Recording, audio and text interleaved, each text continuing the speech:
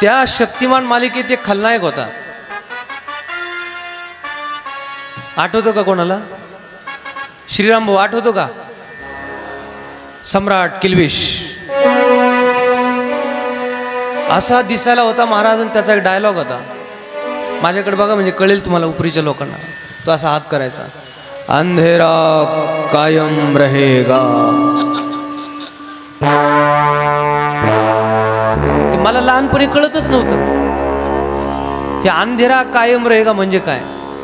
मला आत्ता कळतं. जेवढे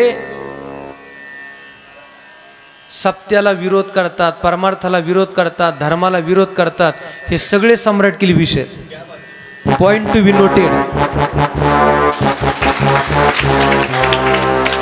अंधेरा कायम रहेगा म्हणजे या जगात अंधार कायम राहिलं पाहिजे.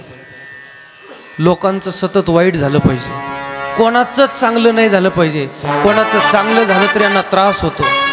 हे सम्राट किल्बिश आहेत. त्या दिंडीराव नावाच्या दैत्याने असा हाहाकार माजवला महाराज, सगळ्या त्रैलोक्याला त्राहिमाम करून सोडलं. आणि तेव्हा सगळ्या देवादिकांनी, स्वर्गाचा राजा इंद्र त्याची प्रार्थना केली, महाराज कृपा करा, दिंडीराव नावाच्या दैत्याने संपूर्ण पृथ्वीवर हाहाकार उडवलाय, काहीतरी कृपा करा. इंद्राने सगळ्या देवांना घेऊन भगवान विष्णूची प्रार्थना केली. आणि भगवान विष्णूला सांगितलं, देवा दिंडीराव नावाचा दैत्य सगळ्या पृथ्वीला त्रस्त करतो आहे, आपण काहीतरी आमच्यावर कृपा करा.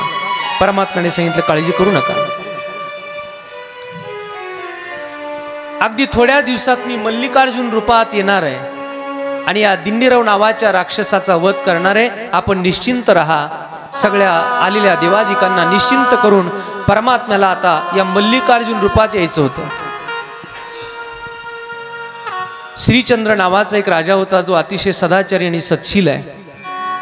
त्याची पत्नी आणि ते दोघं अतिशय आचरशील आणि धर्मकार्य सेवेत रत आहेत. अनेक वर्षाची तपश्चर्या त्यांनी केली आणि परमात्मा विष्णू प्रसन्न झाले.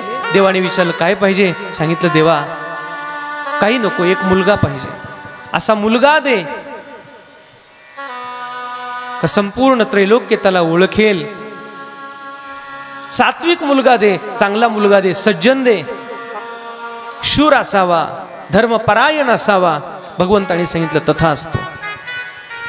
आणि त्या श्रीचंद्र नावाच्या राजाला मल्लिकार्जुन नावाचा भगवान विष्णूचाच असलेला एक अवतार त्यांच्या पोटी जन्माला आला. हळूहळू लेकरू लहानचं मोठं होत होतं. बालपण अतिशय आनंदात संपन्न झालं. लेकरू मोठं झालं, कथेत लवकर मोठं होत असतं ते. आणि 20 वर्षाचं पोरग झालं. शिकार करण्याकरता एका जंगलात गेलं आणि त्या जंगलात गेल्यानंतर त्याला हा दिंडीराव नावाचा दैत्य दिसला. त्याला बघितल्याबरोबर असा राग आला महाराज त्या मल्लिकार्जुनाला. शूरवीर असणाऱ्या या मल्लिकार्जुनाचं त्या दिंडीराव नावाच्या दैत्याशी युद्ध सुरू झालं. आणि असं युद्ध सुरू झालं महाराज,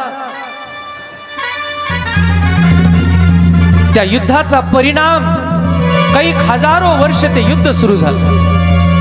आणि पाहता पाहता तो दिंडीराव नावाचा दैत्य आकाशात उड्डाण करायचा आणि वरून मल्लिकार्जुनाला मारायचा प्रयत्न करायचा. त्या मल्लिकार्जुनाने सुद्धा, त्याच्या हातात गदा होती, त्या गदेचं नाव आहे लोहदंड नावाची गदा. आणि त्या लोहदंड नावाच्या गदेने तो मल्लिकार्जुनही आकाशात उडायचा आणि आकाशात उडून तोही त्याच्यावर वार करायचा. लोहदंड नावाची गदा त्या दिंडीराव नावाच्या दैत्याच्या डोक्यात घातली आणि तो दिंडीराव कोसळला.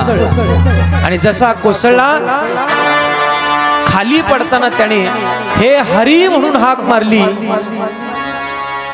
आणि देवाचा नियम असा आहे, अंतकाळी ज्याच्या नाम आले मुखा, तुका म्हणे सुखा पार नाही.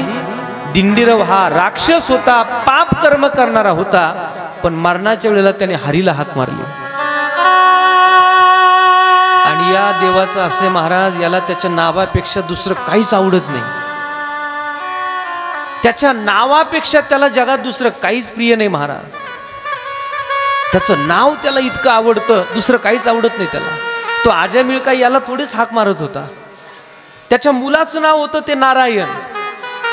भागवतात आपण ऐकलंय ना, नारायणा नारायणा म्हणून तो मरताना त्याच्या मुलाला हाक मारत होता, पण परमात्मा तिथं धावला. कारण परमात्म्याला त्याच्या नावावर फार प्रेम आहे. म्हणून आपल्या नावासाठी काही प्रयत्न करत बसू नका. तुम्ही देवाच्या नावाचा विचार करा, देव तुमच्या नावाचा विचार करतो. आपण जर सप्ताहात वर्गणी दिली, देवाला इतकं आवडतं महाराज, ते देव तुमच्या नावाचा माईक करून किती वेळेला जय जयकार करायला लावतो. आपण सप्ताहात काही सेवा केली, त्याला किती आवडतं. आता मी त्याची कथा करतोय म्हणून त्याने माझ्या नावाचा विचार केला. बघा ना, तुम्ही मला बॅनरवर फोटो टाकला, माझं नाव छापलं, गावात बोर्ड लावले, हे काय माझं श्रेय थोडंच, याच्यात काही माझा थोडाच पुरुषार्थ आहे. मी त्याचं नाव घेतो, तो माझं नाव वाढवतो. फार आवडतं महाराज त्याला त्याचं नाव. त्याच्या नावाचं महत्व काय आहे ते त्याला अजून माहितीच नाही. कुमुदिनी काय जाने तो परिमळ, कुमुदिनी काय जाने तो परिमळ, भ्रमर सकळ भोगीत से, कुमुदिनी काय जाने तो. लता दीदींनी फार गोड गायलं. तैसे तुझ ठावे नाही तुझे नाम. फार आवडतं महाराज त्याला त्याचं नाव.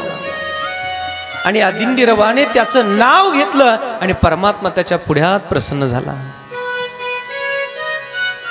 तेव्हा त्या दिंडीरवाने काय मागणी केली आहे, त्या दिंडीरवाने परमात्म्याशी काय बोललंय, या कथेचा विचार आपण उद्याच्या सत्रात करणार आहोत. आजची कथा आज या ठिकाणी विराम घेईल. उद्याच्या कथेमध्ये या दिंडीरवाने केलेली मागणी परमात्म्याकडे, त्यानंतर पुंडलिक हा पूर्वजन्मातला कोण आहे, जी वीट देवाला उभा राहण्याकरता फेकली ती वीट नेमकी कोण आहे,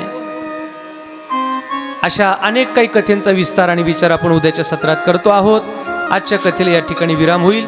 एक गोड भजन होईल आणि दिंडीराव नावाचा दैत्य आणि भगवान परमात्म्याचं या ठिकाणी आगमन होतंय.